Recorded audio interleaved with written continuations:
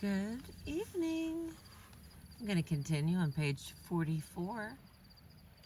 Alterations in time perception.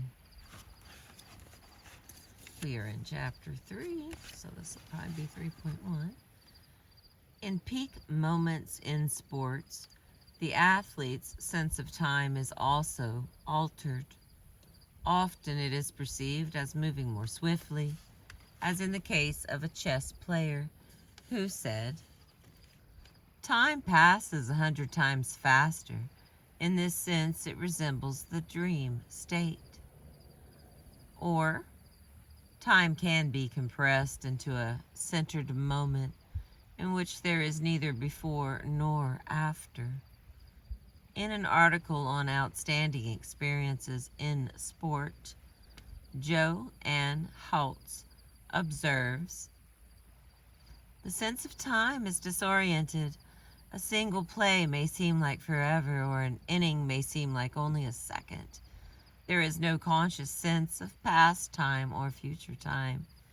The moment-to-moment passage of time is all that is relevant. In the moment, perception is all the player possesses." That the extraordinary moment in sport is fraught with immense possibility is illustrated in a graphic description by football player Gary Shaw. He calls it the moment on the football field that for me soars above all others. And then here's what he says, I guess. "My lifelong friend Dee Wilson and I frequently spent our late summer afternoons running pass patterns and playing touch football. Some days I would be quarterback and Dee the receiver, and on others it was vice versa. One September day we were playing two other friends on the otherwise empty field of the high school stadium. We were in good shape and had been playing for almost 2 hours, but now all of us were tired and it was getting dark. So we agreed the next play would be our last. Dee and I had been working on one pass pattern for a couple of days, and though it had been unsuccessful that afternoon, we had decided to try it again on this final play. What followed was an experience I'd never had before.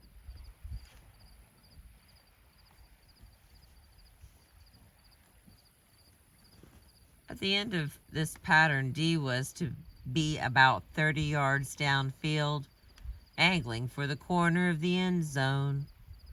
But as I dropped back and pointed my eyes toward his full strides in late afternoon, I began to feel some inexplicable postponement of time.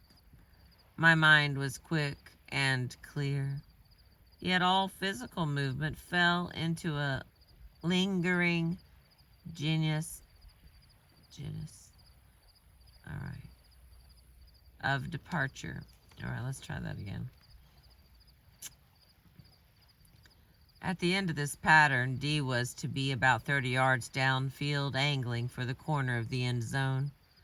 But as I dropped back and pointed my eyes toward his full stride into late afternoon, I began to feel some inexplicable postponement of time. My mind was quick and clear, yet all physical movement fell into a lingering genius of departure. With a sudden calmness, I could see the whole field and the three small figures elegantly brushing its top. As I watched their grace, I could feel the empty stands and their suspension of a lost past. This changeless spell brought an acute sense of temporariness and the feeling of inevitability fading with the dusk. Yet, just as acute was the sense that this present intimately belonged to both past and future. This time and our movements were one. As I released the ball with the giving length and completeness of my arm, I could see the beginning of its easy soft arc, and it somehow seemed perfectly coordinated with the stadium, the ground, early evening, and the four of us. As the ball was coming down some 30 long yards into the distance, two figures in ballet stretched into the air to meet it. In one easy motion of symmetry, Dee took the pass and lissomely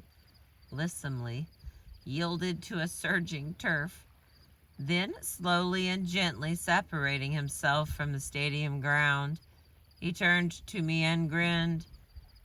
I knew we had connected. Although some athletes talk about time speeding up, most experience it, as Gary Shaw did, as slowing down. This slow motion experience can be important to the outcome of a performance, according to racing car driver Jackie Stewart. And here's what he said. Some days you go out in a race car and everything happens in a big rush. You don't seem to have time to change gears or brake, and the corners are all coming up too quickly. You're not synchronized, and thus the most important thing is to synchronize yourself with the elements that you're competing against, the motor car and the track. Your mind must take these elements and completely digest them so as to bring the whole vision into slow motion. For instance, as you arrive at the Masta, M-A-S-T-A, you're doing 195 miles per hour. The corner can be taken at 173. At 195, you should still have a clear vision, a very clear vision, almost in slow motion of going through that corner so that you have time to brake, time to line the car up, time to recognize the amount of drift, and then you've hit the apex, given it a bit of a tweak, hit the exit, and are out at 173 miles per hour. Now, the good driver will do this in a calculated way, such that as he gets out the other side, he'll say, "Woo, I did that well." It wasn't a case of coming out and trying to catch the car and regain control. The driver, who's fighting it, who doesn't have a mental picture in advance, will arrive at the corner to find that it's all happening very quickly. He's too heavy on the brake. The car is sliding too much. It's a big, deep breath in and a hope that I get around. Now, this man doesn't have it.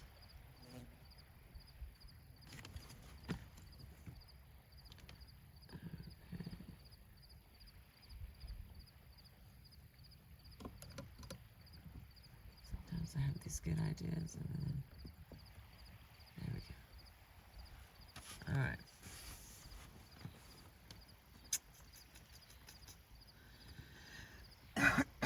The next part, the same part, just on page 46.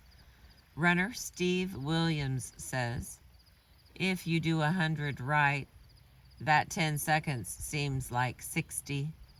Time switches to slow motion. Williams says he feels he can even control time to some extent. He recalls a race when he fell behind. Hating to lose, he says, at my own decision, I froze those people where they were. My next recollection was being in front and through the tape.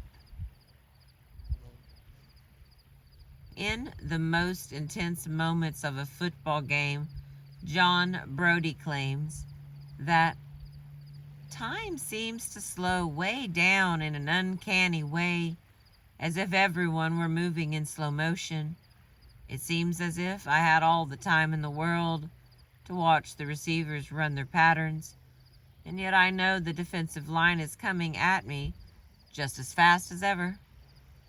I know perfectly well how hard and fast those guys are coming, and yet the whole thing seems like a movie or a dance in slow motion. The experience of time slowing down has also been noticed by spectators, implying that there may be an objective aspect to the experience. Veteran ballet reporter Herbert Saul says of the skill of Mikhail Baryshnikov, the most exquisitely chilling weapon in the arsenal of this complete dancer was his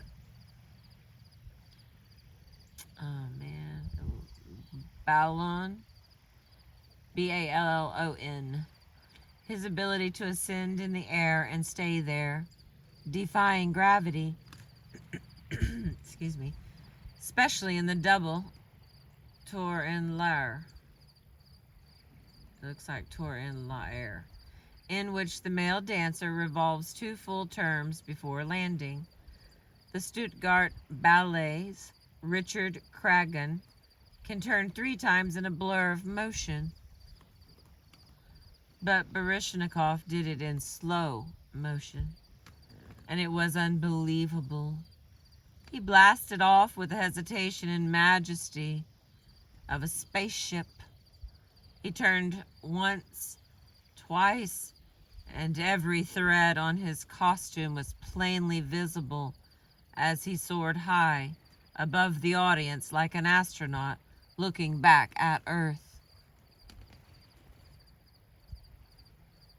If slowed down perception is a feature of exceptional performance in sport, then most athletes would naturally want to induce this altered perception of time. A number of athletes, especially golfers, have recognized the importance of slow motion and have deliberately tried to swing more slowly in the interest of achieving more power. Bobby Jones is said to have felt it was not possible to swing a golf club too slowly. This advice is given by many golfers. Dick Altman reports that during the start of his downswing, Jack Nicklaus's hand moved more slowly during the last part of his backs. Yeah, there we go. Okay, I'm going to try that whole sentence again. This advice is given by many golfers. Okay, 2 sentences. Dick Altman reports that during the start of his downswing, Jack Nicklaus's hand moved more slowly during the last part of his backswing. This is even more significant when one considers that his is one of the slowest backswings on the golf tour. Altman cites the British scientist Dr. David Williams, who has concluded that, all things being equal, the more leisurely the hands and arms start down, the greater the clubhead speed at impact. Several golfers carry this advice a step further and advocate slowing down the pace throughout the entire round. Among them are Bruce Devlin, Henry Ransom, Sam Snead, and Jane Blalock. For example, Larry Dennis reports Tom Weiskopf credits last summer's 1973 startling streak of 5 victories and a bunch of near misses to a decelerated pace on the golf course. But some golfers carry it still one step further and suggest getting ready for a tournament by moving slowly, even when they are off the course. Kerry Middlecoff tells a story about fellow golf pro George Knudson, who held the lead going into the final round of a tournament. Knudson was driving Middlecoff, the other pro, Fred Hawkins, to the golf course at the rate of about 16 miles per hour. When urged by his impatient passengers to hurry up, Knudsen says Middlecoff just looked through those dark glasses and said, "Man, this is my way to cool it. I started thinking this way last night. Knudsen shot a 65 that day and won the tournament."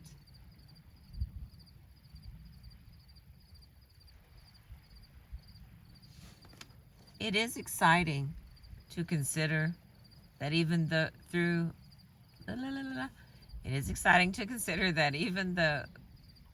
passage of time has not actually slowed down.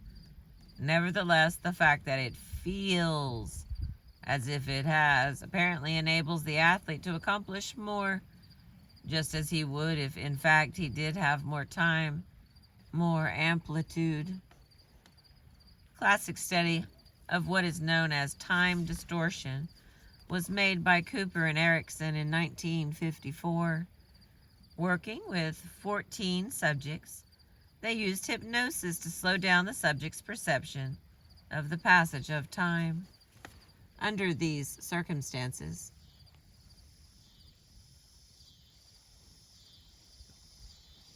just a little bit more light. Okay. Under these conditions, the subjects could accomplish far more work than usual.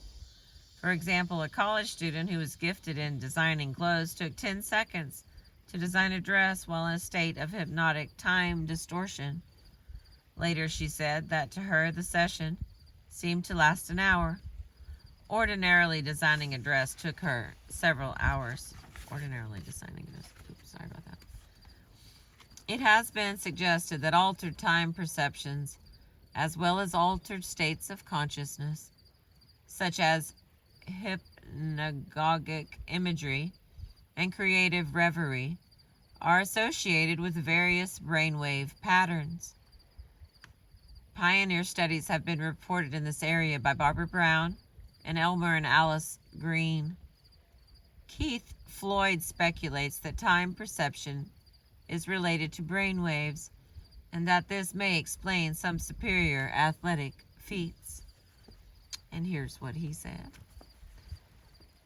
Having seen that time and or motion goes slower the slower the brainwave rhythm, it would not be at all surprising to discover that those with superior skills, great athletes for example, may merely be blessed with basal brainwave firing significantly lower than that of the general population.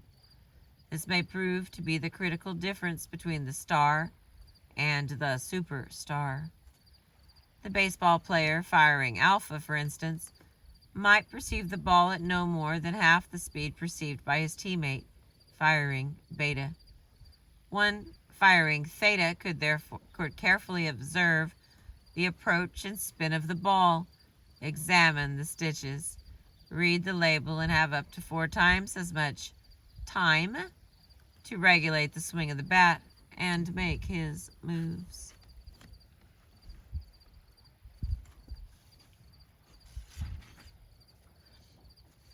On page 48 from The Psychic Side of Sports by Michael Murphy and Rio A. White.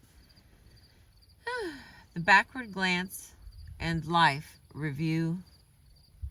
Among a number of other altered time perceptions which may be experienced in sport are brief and long-range glimpses of the past, déjà vu, and the life review. Transatlantic sailor Robert Manry was awed by the ocean's enormous breadth and depth, by the ghostly presence of all the famous and infamous ships and men and women it has carried through the centuries. Los Angeles Dr. Steve Seymour says, "I can blink my eyes and look out at a javelin thrower and see tens of thousands of warriors marching across the field, and I can hear the voices of antiquity." At other times, athletes experience déjà vu, the feeling that you have been here before. Probably the most common of all, the altered states of consciousness. Especially striking is a series of experiences described by Bob Breyer, who holds a PhD in philosophy and is a well-known parapsychologist. He's a distance runner and an Egyptologist to boot. Of his experiences playing basketball in college, he says,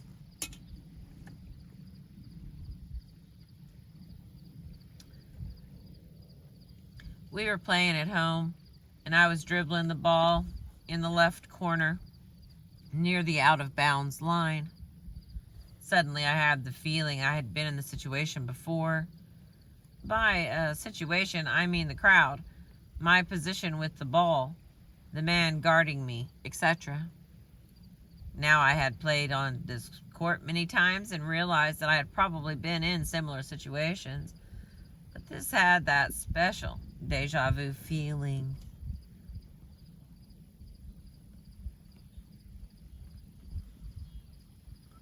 I had the feeling that I was going to take a turn around, jump shot, and it was going to go in almost automatically, and in a bit of a daze, I took the shot and it went in.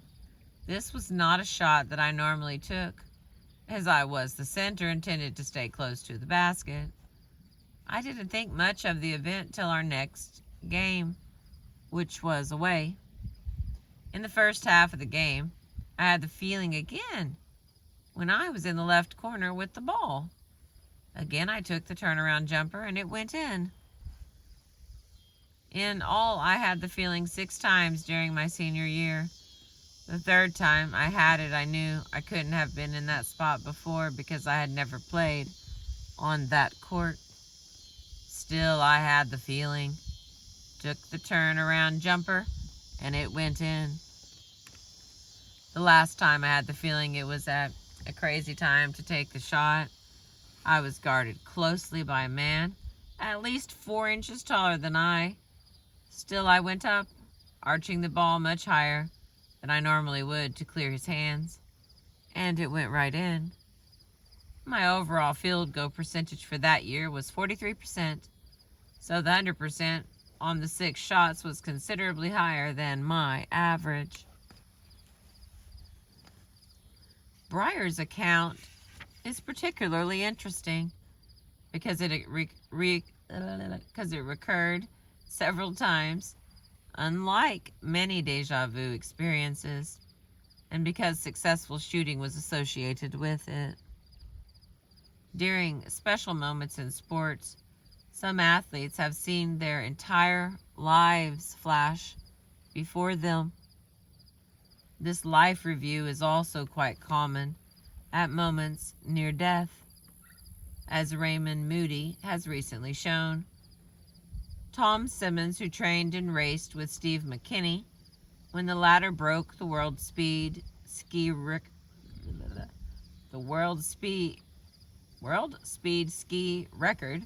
writes, "While going down the slope, the flow of events through my brain was a viewing of my life, and possibly 6 previous ones as well." In his book, The Perfect Game, Tom Seaver writes that after his first victory in the 1969 World Series, when Rod Gaspar scored the winning run, as Rod Gaspar's front foot stretched out and touched home plate in the fraction of a second before I leaped out of the dugout to welcome him, my whole baseball life flashed in front of me. The perfect game I'd pitched when I was 12 years old. The grand slam home run I'd hit for the Alaska Gold Panthers. The first game I'd won as a member of the New York Mets. The imperfect game I'd pitched against the Chicago Cubs. One after another, every minor miracle building toward that one magic day. I never realized before that a man's whole life could be encompassed in a single play. in a single game, in a single day. The next little section here is time stopping. This is all still under the same altered perceptions of chapter 3. Time stopping. There are moments in sports when time seems to be arrested, only to proceed on its way again as before, but not quite, leaving behind a wake of pleasurable exhilaration, similar to the sense of shock experienced when that other metronome of our existence, the heart, stops beating for a second. Players and spectators both refer to moments when time stops, or even, as some put it, the world stops. Julius Erving, one of basketball's great slam dunk artists, has said that a great dunk shot is a time suspension. That is what Jimmy Breslin felt when watching Erving. There were these moments when Dr. J exploded, going up so high and his body bending and swaying so spectacularly that he made you forget the world for an instant. It has been observed that there is a common experience in Tai Chi of seemingly falling through a hole in time. Awareness of the passage of time completely stops, and only when you catch yourself after 5 or 10 minutes or 5 or 10 seconds is there the realization that for that period of time the world stopped. The experience of Roger Bannister in the midst of his record-breaking race was similar. I felt that the moment of a lifetime had come. There was no pain, only a great unity of movement and aim. The world seemed to stand still, or did not exist. The only reality was the next 200 yards of track under my feet. The tape meant finality, extinction, perhaps. Okay, we got all the way through that one. What the heck was it called? Because it was so long. Alterations in time perception. Chapter 3, our next little piece is going to be extrasensory perception. And let's see how close we are to being done. We are not that close, but well, it was a beautiful sunset. Thank you for being with me. At any time you can pretend that we're at the ocean, because that's what I do. Then we would both be pretending.